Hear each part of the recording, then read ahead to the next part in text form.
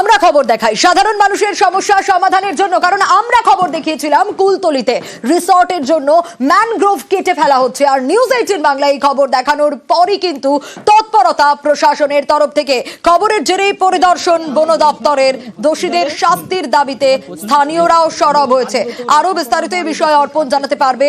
অর্পণ, আমরা খবর দেখাই সাধারণ মানুষের সমস্যা সমাধানের জন্য, কারণ এই ম্যানগ্রোভের নিধন সাধারণ মানুষের সমস্যা ডেকে আনতো। খবরের জেরে প্রশাসনের ব্যবস্থা, স্বাভাবিকভাবেই খুশি সেখানকার মানুষজন।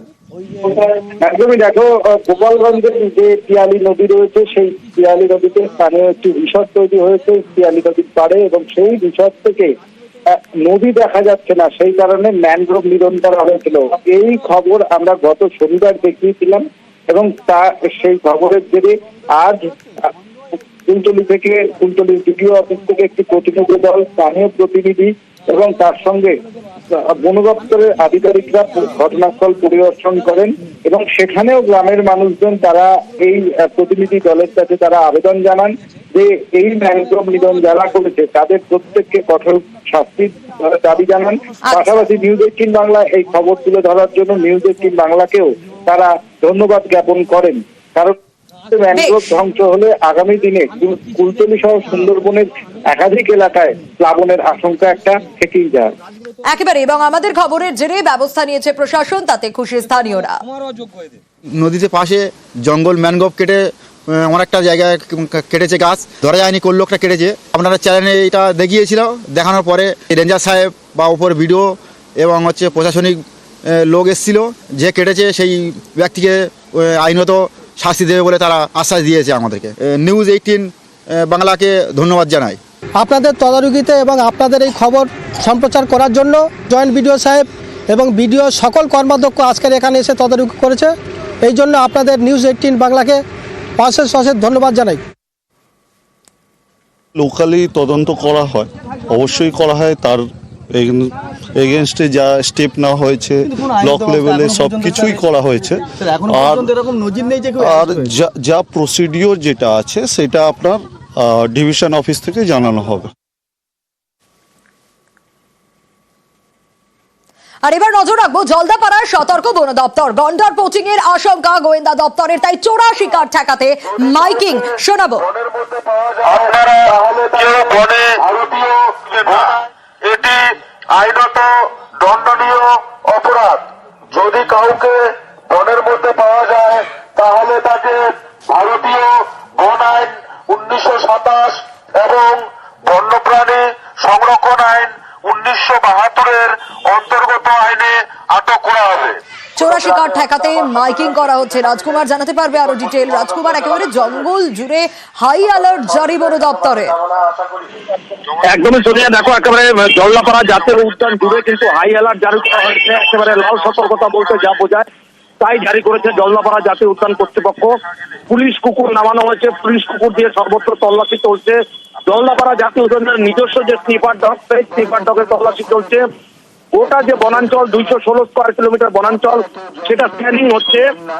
এবং খবর যে অসমে রিসেন্টলি একজন গন্ডার শিকারী ধরা পড়েছে এবং তার সাথীরা জলদাপাড়া জাতীয় উদ্যান লাগোয়া এলাকায় আশ্রয় নিয়েছে। গোয়েন্দা সূত্রে কিন্তু এইরকম খবর মিলেছে। এইরকম খবরের পরেই কিন্তু জলদাপাড়া জাতীয় উদ্যান জুড়ে হাই অ্যালার্ট জারি করা হয়েছে। সোনিয়া, দণ্ডনীয় অপরাধ।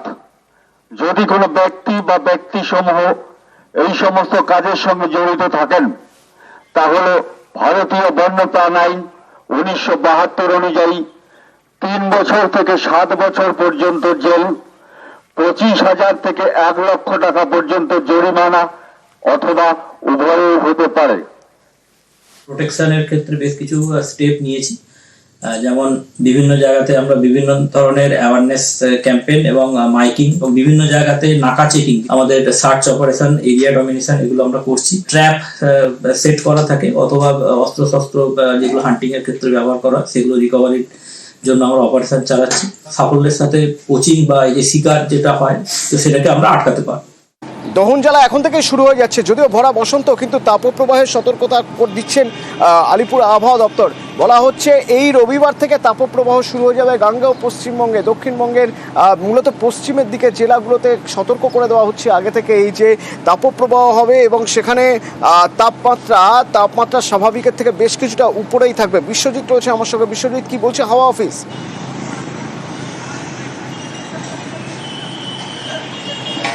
দেখো, এই মাত্র যে আলিপুর আবহাওয়া দপ্তর যে বিবৃতি দিয়েছে তাতে দেখা যাচ্ছে যে 4 জেলায় অন্তত সেই যে হিটওয়েভ অর্থাৎ তাপপ্রবাহের সতর্কতা জারি করা হয়েছে। পশ্চিমের 4 জেলায় এই তাপপ্রবাহ রবিবার হবে, কিন্তু তার আগেই গতকাল রাতে থেকে যে তাপমাত্রা কলকাতাতে যে তাপমাত্রা আমরা দেখতে পাচ্ছি 2 ডিগ্রি সেলসিয়াস তাপমাত্রা, 2 থেকে 3 ডিগ্রি সেলসিয়াস তাপমাত্রা বেড়ে গেছে কলকাতাতে। আগামী কয়েকদিনে এই তাপমাত্রা আরও কিছুটা বাড়বে। শুধু কলকাতা নয়, দক্ষিণবঙ্গের বিভিন্ন জেলাতে তাপমাত্রা বাড়বে। ইতিমধ্যেই গতকালই 36 ডিগ্রি সেলসিয়াস ছুঁয়ে গেছে বেশ কয়েকটি জেলাতে। বাঁকুড়া, পশ্চিম বর্ধমানের মতো জেলাগুলোতে বাঁকুড়ায় আজ বাঁকুড়ায় 39 ডিগ্রি সেলসিয়াস। বিশ্বজিৎ, বাঁকুড়ায় 39 ডিগ্রি সেলসিয়াস। এখনো গরমকাল পুরোটাই পড়ে রয়েছে। হিসেব বলে এটা বসন্ত। এখনই 39 ডিগ্রি সেলসিয়াস। প্রিয়ব্রত রয়েছেন আমার সঙ্গে সরাসরি বাঁকুড়া থেকে। কি অবস্থা প্রিয়ব্রত? বসন্ততে দাবদাহ জ্বলছে জেলা বাঁকুড়া, এমনটা বলা যায়, কেননা 39 ডিগ্রির আশেপাশে টেম্পারেচার, এবং এই টেম্পারেচার যত দিন যাবে তত বাড়বে, এবং এটা ভেবেই মানুষের কিন্তু চিন্তার ভাঁজ কপাল কিন্তু চওড়া হচ্ছে। এই সবে মার্চ মাসের শুরু, এরপরে এপ্রিল রয়েছে, মে মাস রয়েছে। তুমি জানো বাঁকুড়ার তাপমাত্রা প্রায় 44-45 ডিগ্রির উপরে উঠে যায়, এবং সেই তাপমাত্রাও মনে হচ্ছে এবারে ছাড়িয়ে যাবে, কেননা এর মধ্যেই মার্চের শুরুতেই 39-এর কাছাকাছি। মানুষ গলদঘর্ম হচ্ছেন, মানুষ যারা বেরোচ্ছেন নিতান্তই দরকারে, তারা কিন্তু করার শরীর এমনটা ঢেকে বেরোন সেরকম ঢেকে বেরোচ্ছেন, প্রয়োজন ছাড়া বেরোচ্ছেন না। এখন থেকেই আস্তে আস্তে মানুষ নিজেকে ঘরবন্দি রাখতে শুরু করে দিচ্ছেন। চিকিৎসকরা কি বলছেন? এই গরম পড়ে গেল এবং এখনই এই বসন্তেই যদি এত গরম পড়ে, এরপরে তো আরো গরমকাল পড়ে রয়েছে, আরো গরম বাড়বে। চিকিৎসকদের বক্তব্য শুনবো একবার, তারা কিভাবে সুস্থ থাকতে বলছেন। অন্যান্য বছরের তুলনায় এটা একটু বিস্ময়কর ব্যাপারই ঘটলো যে হোলির এত আগে থেকে এতটা গরম পড়ে যাওয়া। প্রথম যেটা আমার মনে হয় যে আপনার রাস্তাঘাটে বেরোলেও জল খাওয়াটা একটু পরিমাণ মতো জল খাওয়া, অ্যাডিকুয়েট জল খাওয়া, সেটা খুব জরুরি হয়ে দাঁড়াবে। ঠান্ডা জিনিসপত্র যদি আপনারা খান, ঠান্ডা শরবত বা ইত্যাদি কিছু, সেগুলো যতটা বরফ কম হয় সেগুলো দেখে খেলে পরে মনে হয় ভালো হবে। আপনারা রাস্তাঘাটে খুব বেরোতে যান, সেরকম যদি টুপি পরে বেরোন, সেটাও খানিকটা আপনাদের রোদ্দুরের তাপ থেকে রক্ষা করতে পারে। জোর জবরদস্তি কোথাও বেরোতেই হচ্ছে, আপনারা অন্তত একটু মাস্ক পরে বেরোন, যাতে আবিরের ধুলো গুঁড়োগুলো নাক দিয়ে শরীরে ঢুকে অ্যালার্জি না করে। যদি একান্তই বেরোতে হয়, সারা গা হাত পা ঢেকে বেরোনোর অভ্যাস আপনারা রাখুন। ভারতে বাংলাদেশিদের কারাদণ্ড। জলপাইগুড়ির পক্সো কোর্টে বাংলাদেশিদের কারাদণ্ড। ভারতে অনুপ্রবেশ করে নাবালিকা ধর্ষণ দোষী সাব্যস্ত। বিয়ের প্রলোভন দিয়ে রাজগঞ্জের নাবালিকাকে ধর্ষণের অভিযোগ। আরো ডিটেইল এ বিষয়ে জানবো। শান্তনু রয়েছে আমার সঙ্গে। শান্তনু, দেখো, এই যে দোষী সাব্যস্ত যে সোহেল রানা, যাকে বিচারক 10 বছরের সশ্রম কারাদণ্ড শুনিয়েছেন, সে কিন্তু 2017 সালে কিন্তু অবৈধভাবে ভারতে প্রবেশ করেছিল।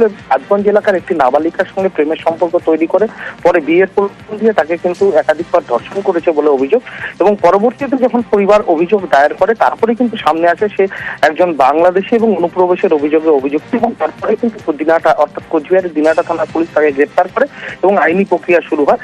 জলপাইগুড়ি আদালতে পক্সো আদালতে কিন্তু বিচার প্রক্রিয়া চলছিল, এবং 10 জনের সাক্ষী এবং একাধিক প্রমাণের ভিত্তিতে কিন্তু বিচারক এই অভিযুক্ত বাংলাদেশি যুবককে 10 বছরের সশ্রম কারাদণ্ড, 2 মাসের অতিরিক্ত আরো 20,000 টাকা জরিমানা, 2 মাসের অতিরিক্ত সশ্রম কারাদণ্ডের নির্দেশ দিয়েছেন। একই সঙ্গে নাবালিকার পরিবারকে কিন্তু 4 লক্ষ টাকা ক্ষতিপূরণের নির্দেশ দিয়েছেন বিচারক।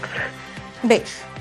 ফোন ট্র্যাক করে পুলিশ এই আসামিকে এবং মেয়েটিকে বাংলাদেশ সীমান্তে দিনহাটার একটা বাড়ি থেকে উদ্ধার করে, দিনহাটা কোর্টে এদেরকে পেশ করে এবং সেখান থেকে ট্রানজিট রিমান্ডে জলপাইগুড়িতে নিয়ে আসে। টোটাল 10 জন সাক্ষ্য এই কেসে সাক্ষ্য প্রদান করেন।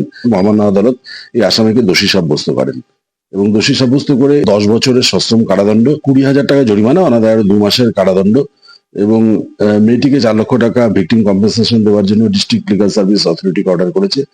এবং এই সাজা শেষে এই আসামি যেহেতু বাংলাদেশি, তাকে বাংলাদেশে পুশব্যাক করে দেওয়ার জন্য